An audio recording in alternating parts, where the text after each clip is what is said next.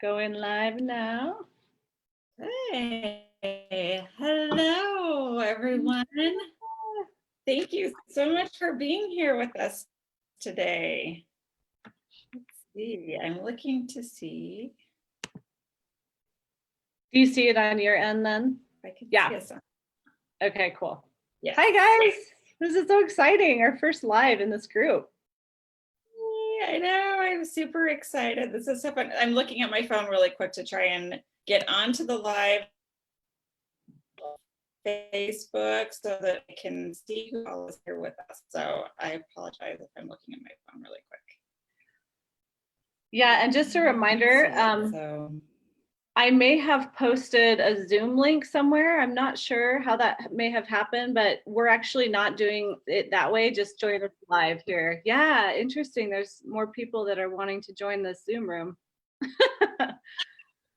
Huh. Maybe we just hop on a technical difficulties. I got it. Yeah. Okay.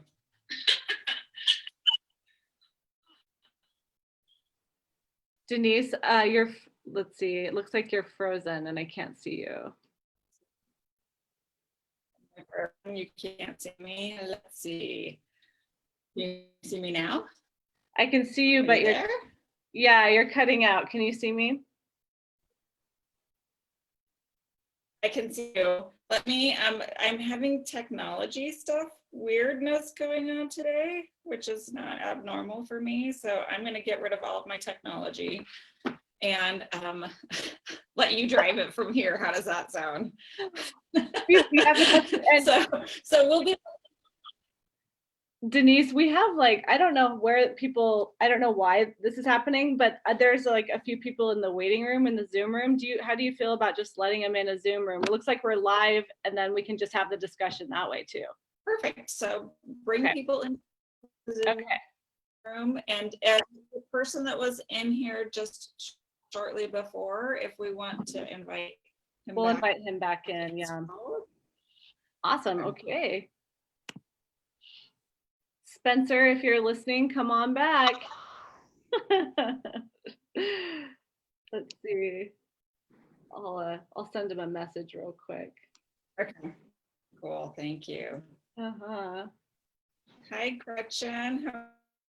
How are you? Good. Can you hear me? Yes, we can hear you. Okay. I'm trying to get it on my computer, but I have to use my phone. Gretchen, technology stuff going on today. It's weird. Those of you that are like on live, sorry, just give us a minute. We're gonna have a few more people join us in the Zoom room. Oh, okay. I'm in the Zoom room. Yeah, that's perfect. Yep, you're good. There's just, I'm not sure other people may be wanting to jump in. Hi, Ashley. Hi. Good to see you. Good to see you. I knew I'd figure it out. I was like, let's see. Okay, we've got Spencer. He's joining us again. I'm going to shut this so you don't have to hear it, Mom.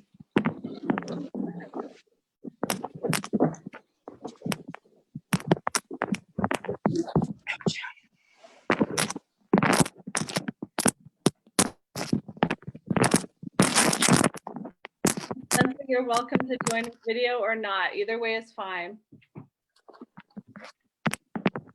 Cool. Yep, there he is. I'm back. Kristen, do you want your video on or no? Me? I don't know how to do it now that I'm on here. I'm technically challenged. So I'll just be without video, I guess. Okay.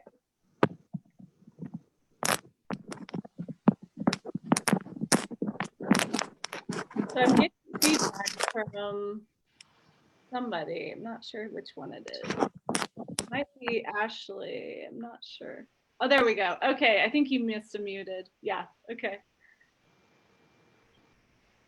So looks like Denise is coming back in. Sorry, guys. Technology today, man.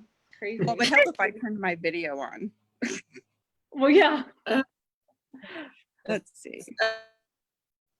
I love but I came back. Sorry. You're good. I was just like laughing about it. Yeah. Oh goodness. It's so, Well, how about yeah. Do you want to, should we go ahead and get started? And let's kind of start with a little bit of a grounding because we've got lots going on, and we can just start with a really quick grounding exercise and then get into some of the conversational pieces. And Jess and I were gonna be open for conversation with everybody that's here and present today as well. So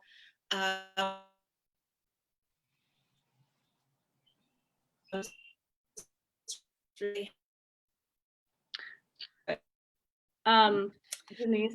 So Denise, you're cutting out. Yeah.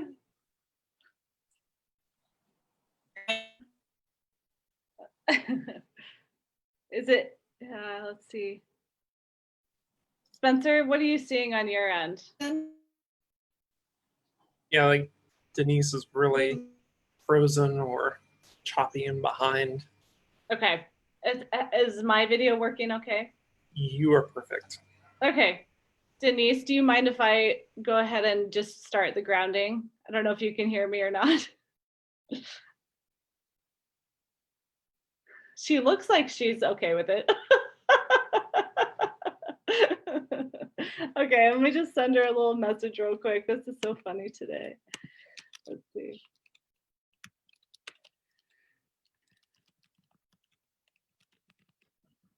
There she is. Okay.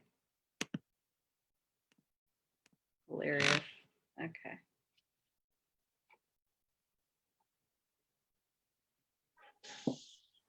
Welcome back. thank you. Do you see me now? Yes, now gorgeous. I had to call in on my phone. Hopefully the connection is better on my phone. It might be. Yes. Okay, so how about this? Everyone that's here right now, let's go ahead and just have you mute while Denise guides us through a grounding, and then we'll have you unmute when it's time to just kind of have our discussion. Is that okay? Okay, cool. And if you don't know how to do that, I can mute you. I'll just mute you. How's that? Here we go. Muting. And yep, okay. Go ahead, Denise. Okay, so first of all, thank you everybody for being here with us today. This is super exciting and our first kind of live group thing that we're doing. So we appreciate you just hanging out with us as we're figuring it all out. So let's go ahead and do a quick grounding exercise. So if you will take a minute and just take in a deep breath through your nose. Close your eyes if that feels good for you, or lower your gaze if that feels good. And just release it out. Try and release the breath longer than the inhale was.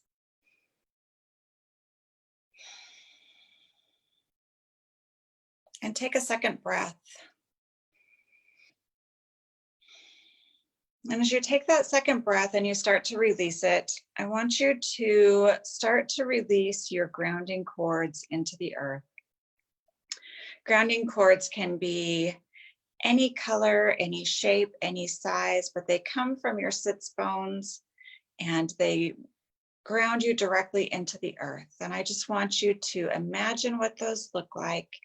Imagine them going all the way into the core of the earth, down to the crystalline core, and wrapping around, getting really grounded.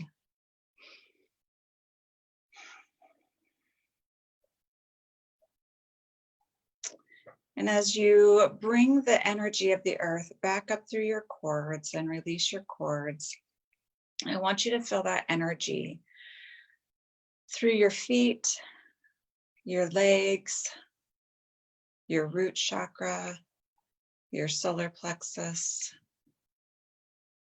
your sacral chakra, and into your heart chakra. And feel it expanding there. And just take another deep breath.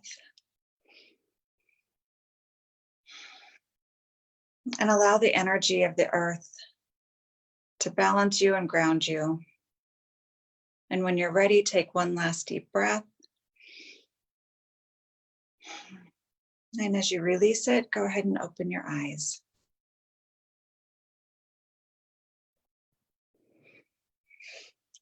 So thank you all for being here. Jess. Yes, thank you. Yeah.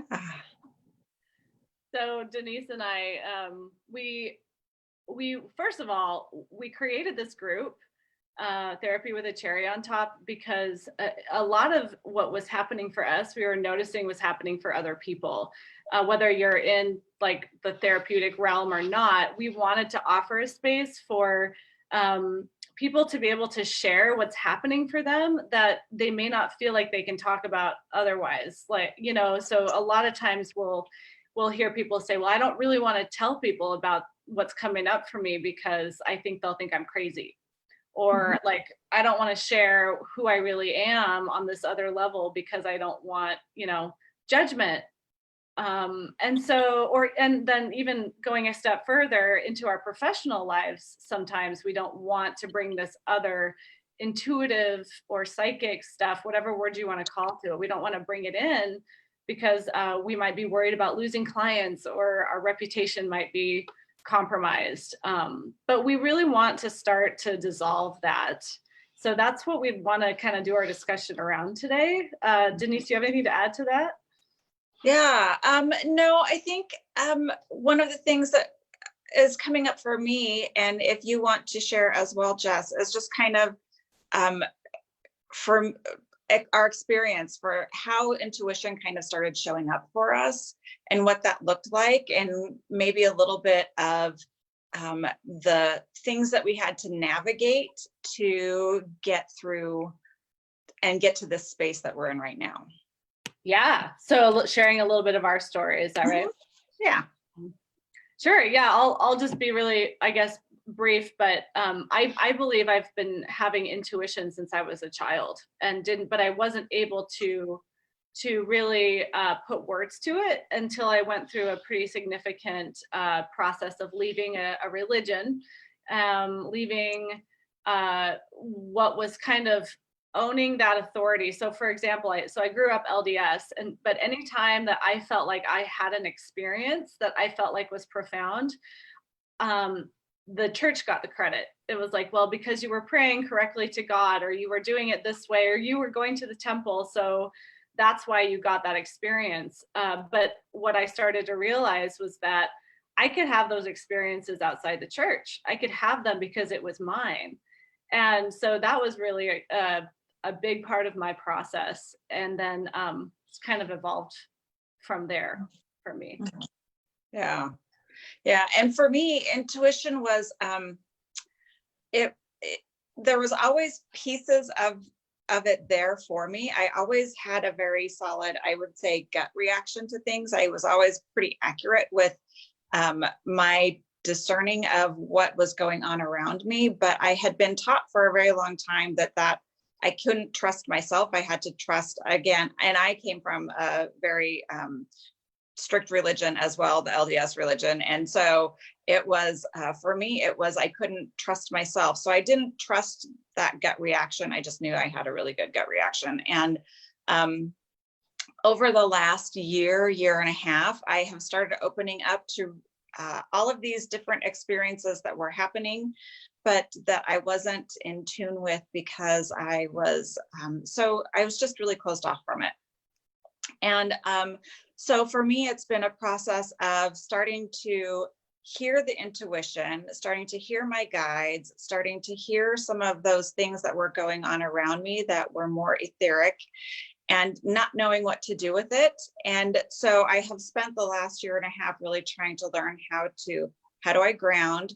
How do I trust the words that are coming in for me and know that that's available to me and that's really my stuff, and not be trustful of it. So that's been some of my process. And so I think we're just hoping to share a little bit of that and hear some more from you guys as well, and what speaks to you. So So maybe like a question I'd love to kind of put out to the group is, how did you start to recognize your intuition, and what ways did it start showing up for you? And if you'd like to just go ahead and unmute yourself and share, that would be great. Or if you want me to unmute you, let me know. Hi, I just unmuted myself. I'm Yay, Gretchen. good job. So real quick, tell me again what you want me to say. Well, I'm nervous. I don't like the Zoom thing. So the question was more of how did your intuition start showing up for you? So ever since I can remember, I was raised in a very prejudiced type of very corporal environment, and I was also abused by several different people in my life. And so I think those experiences helped me to always have my internal sense of right and wrong for self-protection and things like that. I think spirituality is something that I kind of suppressed a lot until, I don't know, I would say maybe after my second divorce, I started to really kind of open up a little bit and be more interested in, reading Eckhart Tolle and things like that. Even though I didn't quite understand it and it confused me, I still kept going slowly. But when my dad died almost 2 years ago, I kind of really started getting into life after death and what happens to your spirit after you die. And then things just really started to open up for me, and I started reading tarot and been doing really great with that. And it's just every day I just get deeper and deeper, and it's interesting when spirit talks, it's just so loud. and it's just with physical things, and it's just basically like, if I think I need something or want something, it's like, no, this isn't working for you, this isn't in your highest good, you need to go and do this. But it's hard putting action to what you know. And so Jess has been really helpful with me for that, with everything. So I'm just here to learn and hopefully let go of all of my fear and insecurities, because I also own a business, and when you get woo-woo, the Christians tend to go bye-bye. So I have to be really careful about that. That's such a great point, Gretchen. Like, I think, or what I've noticed is that that's the number one reason people don't start to own it, is fear of what other people how they'll respond, because it feels so unsafe in a way. And maybe we could talk about why. I did tell my doctor, I got a new doctor, and she asked what I did, and I'm like, oh, well, I'm a photographer and I read tarot. And she's like, oh, really? That's interesting. So, yeah. I mean, it's starting to get a little ballsy. How did that feel to say it like that? Really really liberating. But a lot of my family, if I ever put anything, like, I'm so fearful of putting anything online. Like, I posted on my Instagram about our readings, like I did a review, and I'm like, screw it, I'm just going to put that on my story. And not one person said one thing. And I was like, well, oh, well. They're probably like, she's lost her damn mind. Well, and I feel like a lot of us who have had intuition in our lives for a long time and are starting to develop it more now, we're really being called to share that in a new way that we haven't before. And so we're having to step into this really scary space of owning that we have that inner sense of self, that intuition, those, access to different realms, and share it with others. And so it is stepping into a new way of being, and having to be okay with saying, okay, well, I'm going to do this. For me personally, as I'm stepping into that, I'm doing it in a way that so far I haven't had anybody come up to me and say, I won't, I don't appreciate what you're saying, like hold me accountable for that in any other way than to say, oh, that's interesting, Right.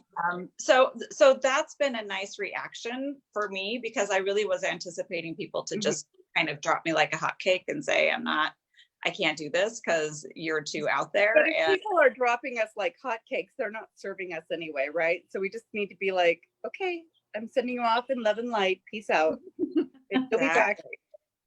exactly. I see Ashley's like, yeah. That was great. Awesome. Oh, goodness. Spencer, I'd love to hear from you a little bit. All right. Well, I think especially when I think about like my intuition, it's actually something that I've kind of had a hard time learning to trust this year. I think I'm probably further along now than I have been at any point so far this year. But like looking back when I think about it, I think there's a lot of points over the course of my life leading up to this point where like I think intuition was present, but there were times where I confused it with the voice of my ego. And so I think that's a huge part of why it's been hard for me to trust it, because I'm still learning to discern like what's the voice of ego versus what's the voice of intuition. And that's kind of been a really big challenge for me more recently. But again, like I think I'm really starting to kind of tune into it, hone in on that voice, and understand that that is not my ego, or when one of the other voices is or isn't talking. So like finally kind of getting that clear differentiation. Like it's kind of broken that, or I should say it's reestablished that previously broken trust, I think, more than anything else. Yes. And is it that broken trust of just not listening to it? Or can you talk a little bit more about that? Yeah, and I guess I would say, trying to think about, these two separate voices of ego versus intuition. It's that feeling of like, I know that I've been misled when my ego's like disguised itself as my intuition. Like I could probably recognize that intuition, and I know when intuition's been spot on, but then it's like the times where the ego kind of like throws its voice as intuition, if that makes sense. Yes. And it's been deceiving, or earlier in life it was easy to be like, oh yeah, that's intuition too, like I totally need to just, it's time to go jump off this bridge, like like let's go, let's do it. And yeah, like finally, especially after like coming into my own spirituality and getting woken, that I think that was definitely one of the first times I maybe realized that duality was present. Because I think becoming awake is one of those things that I think is completely intuitive. Like I don't think I've ever felt more in touch with intuition in that particular moment. And I think that was one of those times that just totally painted like a black and white picture of like, yeah, this is your intuition. This is what you should have been listening to, and now you probably are going to realize like this other voice, or that this other voice, in these other times where you've been like deceived, has kind of been your ego leading you astray on its own rampage or conquest. Yes. So I have a question, Spencer. So how do you, when like in the moment, how do you discern if it is that ego voice versus intuition? Like, do you have a specific way that you could share that works for you?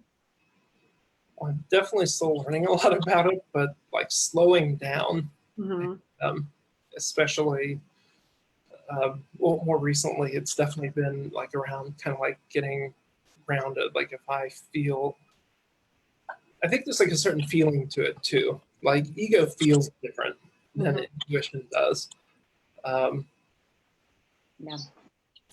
You know, I think I've heard, or certainly would say that, you know, like intuition like feels good, where ego is kind of like that sinister or otherwise kind of like trickster kind of voice in the back of your head. So there's been a lot of learning to try and tune into like the tone of those two different voices when they're coming through. But I think there's an unmistakable feeling that I would associate with intuition when it's fully present. It's hard to put words to, isn't it? But I let Ashley actually wrote, I saw her comment, she said it feels like love. Yes. I actually would also say that intuition for me also feels neutral. It doesn't feel so, like what I've noticed is that when my ego is involved, is it feels like charged, and it feels like it could be like pressured, like, oh, I have to do that right now. But intuition is more just like you were saying, grounded, and it's slower, and it's just true. You don't even have to do anything with it. It just is, and you can just feel it. Right. Yeah. I agree. Yeah. Ashley, There's- oh, go ahead. I was just going to say, there's definitely a whole body sensation to intuition that if you can tune into the body sensation of it, it's much easier to make that recognition between that and ego, but it's hard to tune into at first. Yeah. And it takes practice and willingness. Definitely. Yeah. Ashley, come on in and speak.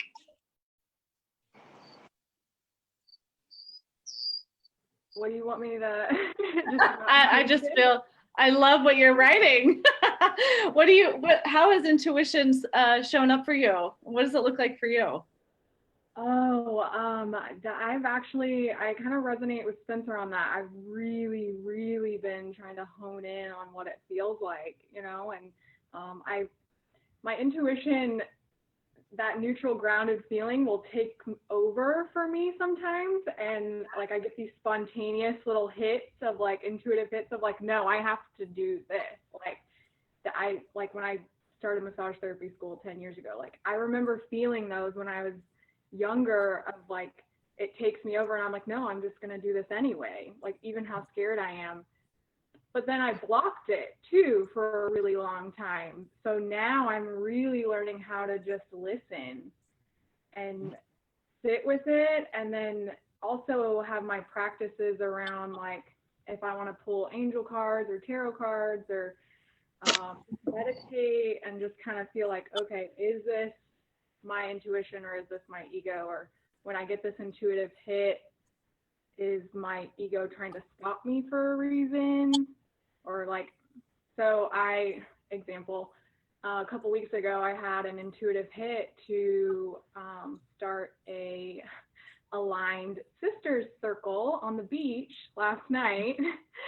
And just all these things, like my ego kept trying to stop me. Like they're like, but you can't do this and you can't do that. And like, you know, the beaches aren't open at night yet. And then all of a sudden, like I look on Facebook and they're like, the beaches just opened at night. And then like, so I'm like, okay, angels, thank you. Like, and then, you know, then the next thing would come up and then it's like, oh, well, nope, that just changed too. Like, you're fine, but you're fine to keep going. Like, keep doing it.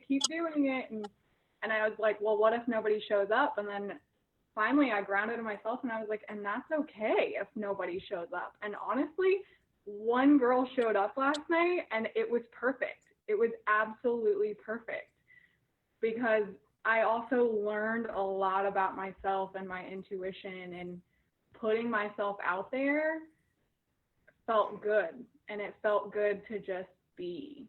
And that for me I hit a huge shift last night with the full moon release of my intuition coming to me and being able to notice it. That sounds beautiful. What an amazing experience, Ashley. That's awesome. Yeah, it's absolutely, I got a hotel on the beach, like spontaneously. I was like, you know what? Like, fuck it. I'm doing it. Good. By myself. Like, I'm just here. And like, it made a lot of people uncomfortable, me doing it. you know, like I have a husband and like, and I'm just like, I'm going by myself. Like I need to do this. And God, it has been so rewarding. Oh, how exciting. And I feel like kind of touching on what you were speaking about a little bit, Ashley, I feel like sometimes intuition, the way you can tell it apart is it often is telling us to do those scary things that we don't want to do, that we know we have to do. Yeah. And so oftentimes if there's fear attached to it, I know that it's my intuition telling me the next step I need to take. Yes. And my ego is like, no, you don't talking want to about do it, like this. my body's like shaking a little bit and I'm just like, yes, like, okay, let's do this. That's what I was going to say. Mine is very uncomfortable sometimes because I haven't really listened to my intuition on my business world because there's so much fear attached around to putting myself out there. Yeah. And so I just simply, I never really listen to my intuition and all these little hits of things. Do this, do this, do this, do that. And I'm just like, oh, no. And so what happens is I stay small. And I know I'm not supposed to be small because I'm really kind of big, but Big. I'm scared to show that. So Yeah, I totally resonate with that for sure. Yeah. I've pulled a card yesterday and the girl was literally on the beach with a burning bowl, like releasing everything of what was going on. And I was like, this is fucking right. Like, yes, this is right. And it said, I choose myself with the rebellious act of self-love. Oh. Goosebumps. Oh, how amazing. And I was just like, yes, this is where I'm supposed to be. So I kind of I'm noticing a theme, you guys. Like, so would you say that intuition and synchronicities kind of go hand in hand? Mm-hmm. It's kind of like synchronistic, like that's how I know that that's an intuitive hit from source or my higher self or your guides, whatever you want to call it, versus ego. You're not going to get like a synchronistic hit on ego necessarily. You know, it's kind of like, it's what you're talking about, Ashley. It's like, oh, thank you for that external like validation that what I'm feeling is true. You know, it seems like they go hand in hand. Yeah, definitely. Yeah. And so, and for me, I think the other piece, kind of taking this to the next step, is how do you allow for that intuition to show up more regularly? So for me, I think there are different pieces that I bring into my life now. So there's intuition of, oh, what's the next right thing for me to do? Or here's a hit of the next thing I need to do. But then I also have my guides that talk to me on kind of on a regular basis. And it's like, oh, you need to go this way, or you need to do that thing, or, turn left here instead of you were going to go right. And, and there's some of those things that happen as well. And so it's recognizing there's all of these different pieces that come along with intuition, the conversations that you end up having. I used to say I was just talking to all of the people in my head and didn't realize that it was guides before I really kind of settled into all of this. And I'm like, oh, all of those conversations I had as a kid in my head were really with my guides. I just didn't realize what was going on. And so being open to some of that as well, and recognizing that we have all of these multiple layers that when we start opening up to intuition, all start showing up for us. And those are all okay and good and well. And one of the things that I know for me that I have to do is I need to make sure that I'm grounding pretty regularly. And I have to have a regular practice that allows for A, connection, B, grounding, and C, release, right? Like there's those three things that for me have to happen pretty regularly. On a daily routine basis, or I stop attending to my intuition again. And so I would love to hear from you guys what your practices are. Mine include journaling, meditation. I do lots of cleansing. I have all of my different things right here. Palo Santo, yes, my crystals. I've got my candle, my water. Yeah, so So what do you guys do? How do you all connect with higher self? How do you do that releasing? What does your daily practice look like? Well, I don't have a daily practice because I'm naughty and I fight it, to be honest. And every single reading I get from various people, they're just, but spirit is always saying, you need a daily practice, you need a pattern, you need to do this. And I fight it. And it's just one of those fear-based things that I struggle with. And like the last reading I had with Jess, it was just like, I was up in my house in a tornado with roots coming out of me, but not touching the ground. I have such a difficult time grounding lately. Sometimes it's like, oh, just please ground me, and I do my thing. And when I can't ground, I can't read tarot. I'm bouncing off the walls. I'm tripping, like physically, I just am a disaster. So it's just as simple as, I'm sure, sitting down, waking up, meditating, and doing my little thing. But when I do my meditation and I pull my own cards, and I just, it's so simple. And I'm just still in that place of resistance, and I'll get there. And I think the more I'm bouncing around and up in a tornado, and things keep hitting my head, I'll figure it out at some point and stop fighting myself. But I'm almost there. I feel it. But yeah, I have my mom always thinks I'm smoking pot because I live with my mom and I'm downstairs and I'm sage and everything. She's like, are you? I'm like, Jesus, Liz, it's the sage. Calm down. So anyway, I leave the pot smoking to my daughter, but I don't know. But yeah, we have the same kind of ceremony, I guess you'll call it, when I do it. Wonderful. Yeah. And getting to like also reminding ourselves that it's okay not to, because we're in exactly the right space that we need to be in that moment if we're not, and recognizing that we can do it if we choose to, and here's all of the other things that show up for us when we do. So yeah. Spencer, how about you? What do you do? What kind of a daily practice do you have? This is something that's definitely been like evolving and getting more like secure, locked in, especially recently.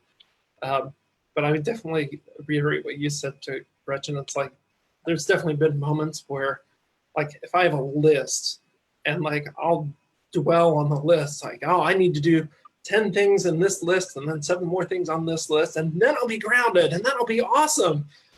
And then I just end up stressing more about the list than I do about actually getting grounded or relaxed. So yeah, it's definitely not a bad thing to not have a list, or but it's definitely been like a journey of like experimentation for me, and getting some good solid like advice and different sessions and readings from different people, which all kind of had very similar messages.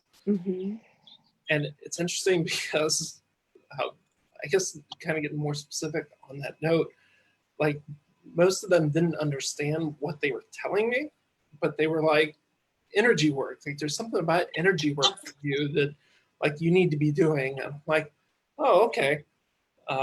And earlier this year, I read a book by Donna Eden called Energy Medicine, which has a lot to do with like tracing meridians, working with your aura, you know, all the different bioelectromagnetic fields like in your body.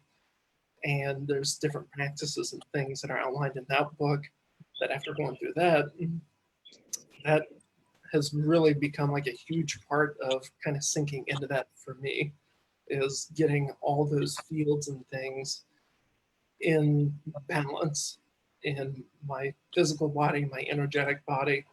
And that's a huge part of like grounding in for me, and like getting prepared to, or coming down into that space specifically. That's really fascinating. That's a topic area I haven't delved much into. So I want to hear more about it one of these days. or if you're willing to share a little bit more about it now, and how you align with your meridians and aura and that, I would love to hear just a little bit more. Yeah, and you know, like at least for some of the things I do just as part of like a daily practice for like that energy and balancing.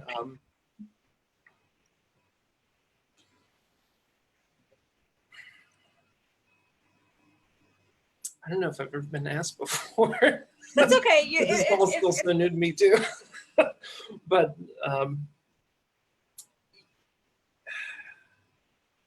for me, it's something like while I'm doing or going through those kinds of practices, you know, there's like tapping and tracing, and then different kind of like movements that the author kind of outlines, and I really enjoy them all, and I kind of test them all and fine tune what I think works best for me. But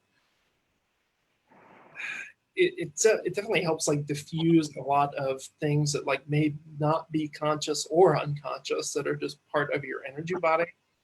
And I feel like the energy body is so intimately and integratively connected into everything else, whether it's spirit or physical body, and getting that in a state of balance through, you know, these various practices, which would be like tapping and tracing meridians, doing different movements to help bring like balance to the electrical signals in the brain, bring balance and fill like holes in your aura that may be present.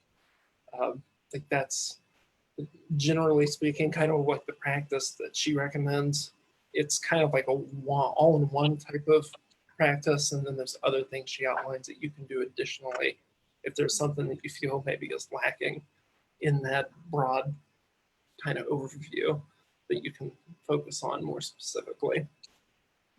And like some of them that really help me is, for me, it's balancing the energies on each side of my brain. The practices that help me do that, like for whatever reason, like balancing those like signals and those energies on the opposite sides of my brain and getting them back to the way they're supposed to be, like help just cement me in super hard and fast. And it's really beneficial in reaching that state of being like grounded really fast. Oh, I love that. Thank you so much for sharing too. Yeah. I'm gonna look more into that, because that sounds amazing. So, Ashley, how about you? What do your practices look like? Well, I really love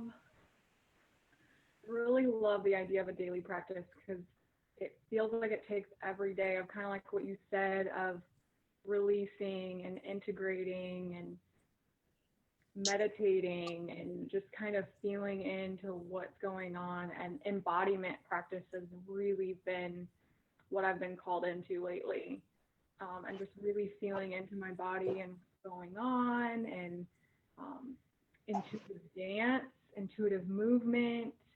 Even if I don't know exactly, my head doesn't know exactly like what I'm supposed to be doing, right? But the intuitive dance and just feeling into my body, and yoga. I'll take my yoga mat out in the morning, and the first thing I do is I just start intuitively moving my body and what feels like needs to be done. I used to as in like recently, I would have that list in my head, kind of like Spencer said, of just like, oh, well, I have to have an hour if I want to do yoga, you know, like I have to have 20 minutes set aside if I want to do my meditation. Oh, guess I can't do it today. Like, I slept in 15 minutes. I got to go get my kids ready. Like, that ego just tries to take over and tries to keep me from doing it. And so I set my yoga mat out, and I just do it, and I just feel into my body, and I start moving it and moving. And what am I doing? Like, what am I feeling? What am I actually here for? What am I grateful for? What is going on with me? And how can I be of service, and how can I surrender?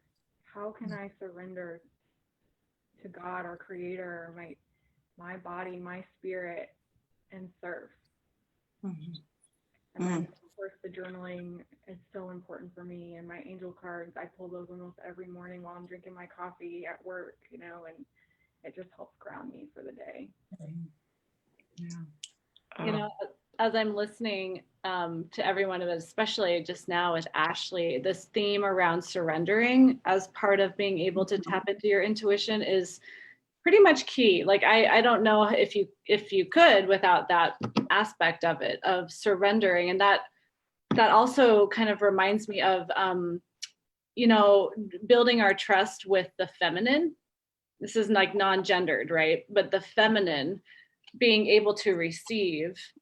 And if you have any kind of wounding with the mother wound or feminine, that sometimes can get in the way of being able to receive messages or receive, you know. And so I actually kind of got this intuition, this intuitive hit when Spencer was speaking, because Spencer, he shows up. I mean, you're one of the only men that I know actually that really shows up and allows women to you receive the feminine well. And I'm not saying that other men don't, but especially in this group, there's a lot of men that are starting to participate in this group. And I'm just wondering, I'm just going to put that out there. And what do you guys think around how to start receiving and surrendering to that feminine essence of intuition, and how to do that, especially as a man? How do you do that?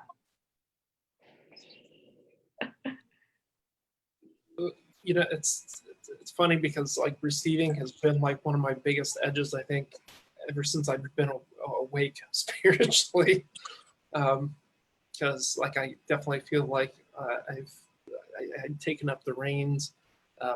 Because like you, Gretchen, my father passed away about 5 years ago, and especially like at that time, there was just like this influx of like, oh, I have to do all these things, and I'm responsible for all these things now, and I have to be this like protector, and I have to be the giver to, you know, like take care of my mom, my brother, and, you know, like my grandma, and like all these other people in my family, because I'm the patriarch of my family, and like I put that.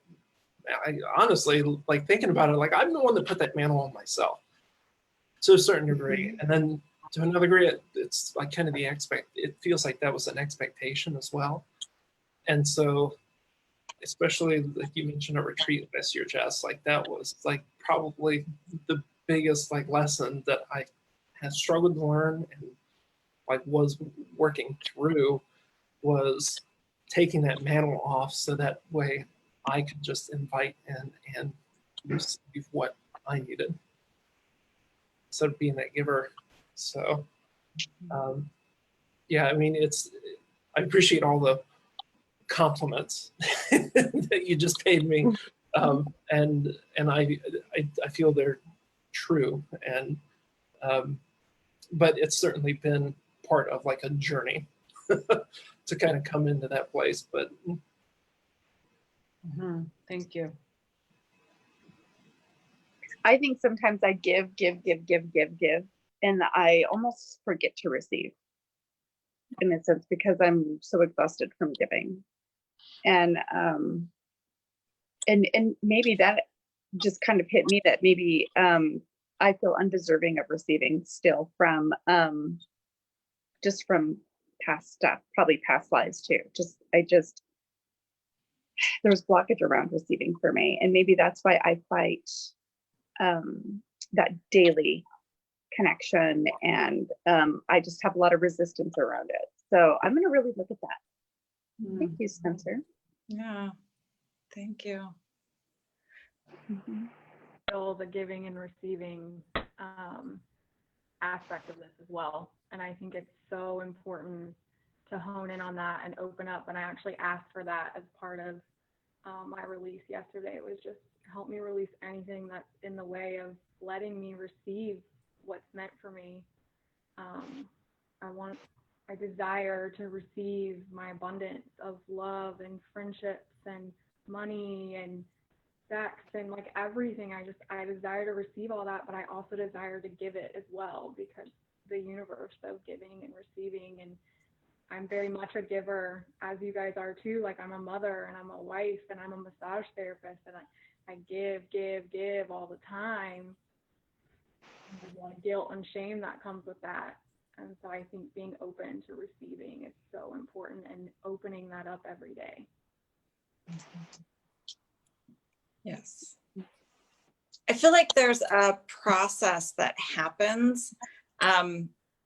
So many people that I talk to who are, who speak about their intuition are willing to speak about it, and also willing and, you know, talk about their guides and their psychic abilities and those kinds of things, have started out their journey in the world being extremely empathic. And as empathic individuals, we have a tendency to take on other people's stuff and own it for them in ways so that, you know, to kind of take that energy from them so that we can own it. And it starts us down this big, long process of doing and being and having all of these things that we need to do for others. And so part of our accepting our intuitive selves and accepting this kind of awakening space that we're coming into is to allow a releasing of that energy as well, and to say, I am okay in this space and I don't have to take on other people's stuff. And then all of a sudden that allows all of this other intuition to start showing up for me, because all of a sudden I don't have to be anything to anyone else. I get to be me. And that's a tough journey. And a tough thing to let go of, because for most of us, our ego is attached to that as well, of being able to solve everybody else's problems and do things for them. So I love hearing from all of you that it's a process that's starting to show up, and that we're all starting to kind of let go of some of that a little bit. Oh, that resonates so much. Yeah. Totally. Yeah, receiving your desire and receiving your intuition gives abundance, and it gives abundance to you and the world. Yeah. And Gretchen, especially when you said the word like deserve, that word specifically is something that I've realized this year is kind of like a family inherited trauma around what I deserve. Because I found some writings from my dad more recently, and like one of the things he wrote was like, I've got there's all these things I have in my life and wanted in my life for myself, but I never got them because I never thought I deserved them. And like that immediately like came into resonance when I read it, because I realized that was how I was already thinking. And it's been really challenging to kind of move through and away from that and heal that trauma. Were you told, oh dear, hold on. Sorry, I had a phone call and it's my contractor, so I probably have to go real quick, sorry. But were you told early on that you weren't deserving of things? You know, I don't think I ever got that message directly from family members. It's something that I may have received or believed I was receiving subliminally. And that goes even more into kind of like some of the family history and background. Like I have one younger brother, and just to sum it all up in one sentence, I always felt like I wasn't treated as well or as fairly.